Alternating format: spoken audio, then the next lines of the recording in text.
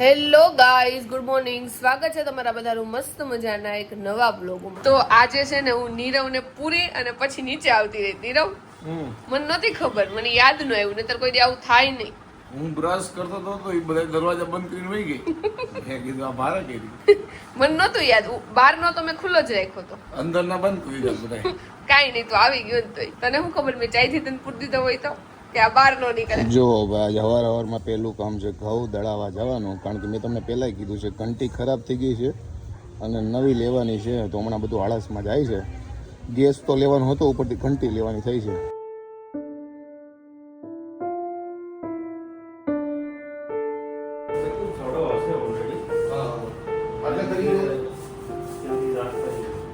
મારા આવવાનું તો વહેલા હતું પણ બધું આળસમાં દુખાવો વેધો નીરવ, બીક નથી લાગતી ને? નથી લાગતી બીક?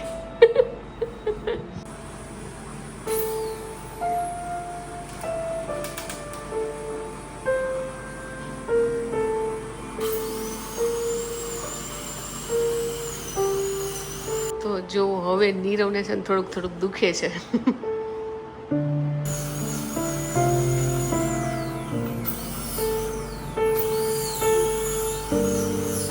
તો ફાઇનલી ડૉક્ટરને બધાને ઘરે આવી ચૂક્યા છીએ અને ટૂંકમાં મારી જે એક દાઢ છે ને એમાં સડો હરખાઈનો થઈ ગયો છે, એટલે એનું કવર જ કરાવવું પડશે. પણ 3-4 સિટિંગ ટોટલ લેવાની છે. પહેલી સિટિંગ આજે પૂરી થઈ ગઈ છે. આજે બધું ક્લીન કર્યું છે, મને ઇન્જેક્શન દીધા, પણ દુખાવો મને શું કહેવાય, ક્લિનિંગ ટાઈમ એટલો થતો હતો. સાહેબે કીધું કે ક્લિનિંગ કર્યું છે પણ નેક્સ્ટ ટાઈમ હજી પાછું ક્લિનિંગ કરવું પડશે, કારણ કે તમારો દુખાવો બંધ થતો નથી, એટલે ક્લિનિંગ બધું ઊભું રાખી દીધું છે.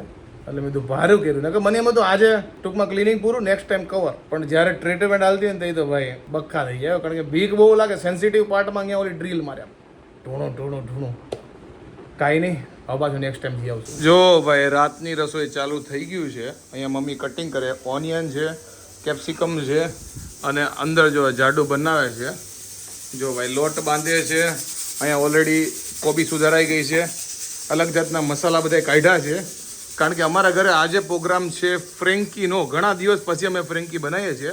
જો ફ્રેન્કી માટેનો લોટ બાંધે છે, બટેકા મુકાઈ ગયા છે, મસાલા પડ્યા હતા એટલે આમને કાઢ્યા.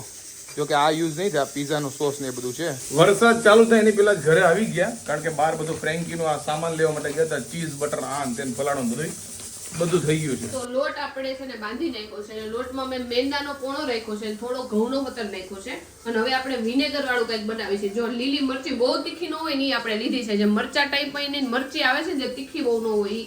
અને આની અંદર આપણે થોડુંક વિનેગર અને મીઠું નાખશું, અને ફ્રેન્કીમાં આપણે ઉપર ઈ નાખીને તો મસ્ત તીખો અને ખાટો સ્વાદ આવે, એટલા માટે આપણે જો વિનેગર વાળી ચટણી અત્યારે બનાવી. જો ભાઈ આજ આપણે દાંત માટે બતાવવા માટે ગયા હતા, સેટિંગ લીધી, ત્યાંથી દવા આપી છે દુખાવાની એની તેની, પણ આપણને દુખાવો તો છે થતો જ નથી. જો કે એ દાંતની જગ્યા ઉપર મને કંઈક અડે તો દુખાવો થાય છે, પણ ડોક્ટરે કીધું છે એટલે આપણે લઈ લીધી. તો આજે અમારે હું બનાવની બહુ એટલે બહુ અમે વિચાર્યું, કારણ કે હમણાંથી છે ને અમે કાં તો કુંભળિયા બનાવી છે, કાં તો ઢોસા બનાવી છે, સેન્ડવિચ, વડાપાવ, દાબેલી બધી કોમન વસ્તુ છે.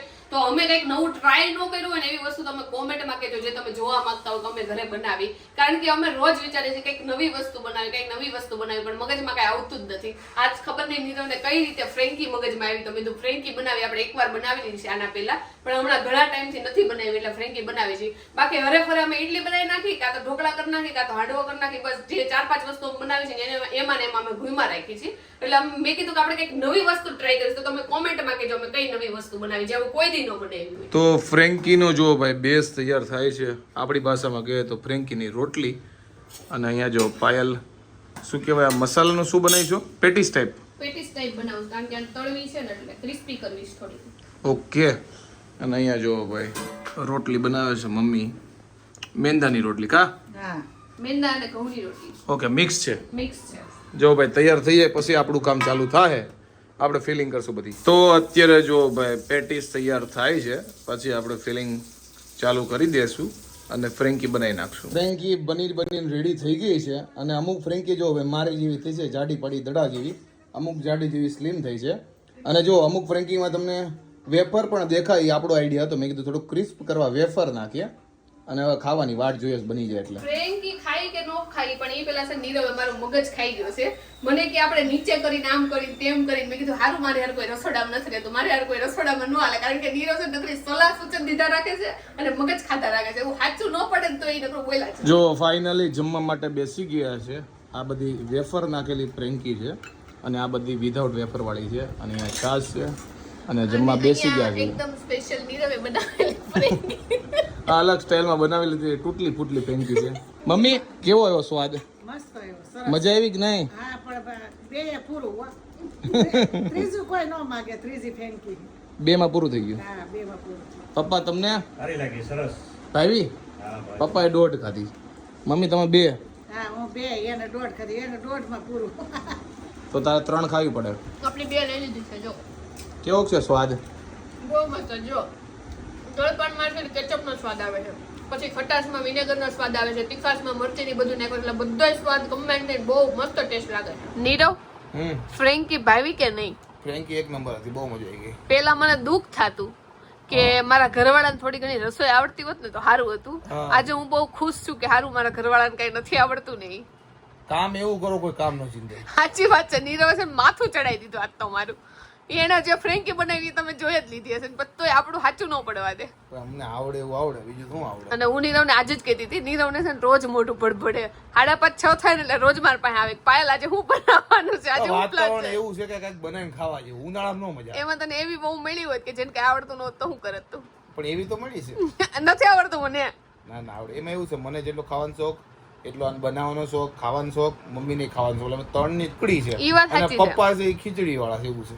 જો કે પપ્પાએ જ ફ્રેન્કી ખાઈ લીધી હા, હતી. પપ્પાએ જ ખાઈ લીધી, પણ મને લાગતું મેં કીધું ભેગું થાય ન થાય નક્કી નહીં આજે. ના ના, તો મમ્મી અગાઉ જ કહી દે તો એને અલગ જ આપણે પણ રસોઈ ફ્રેન્કીમાં કરી. એવું કઈ હતું નહીં વિશેષ ક્યાં કે કઈ એવું કે નો ભાવે એવું, એટલે પપ્પાએ ખાઈ લીધું. અને પપ્પાને આમ બધું ભાવ્યું. ભાવે એવી જ હતી, આમ તો ઢોસા ટાઈપ જ હતી. આપણે તો આખી મેંદાની તો કરી નહોતી, જો નકરો મેંદા લોટ હોત ને તો મને લાગે પપ્પા કદાચ ના પાડી દે. બટ નાઈસ, અલગ લાગ્યું, નવું લાગ્યું, ટેસ્ટી, ભાવ્યું.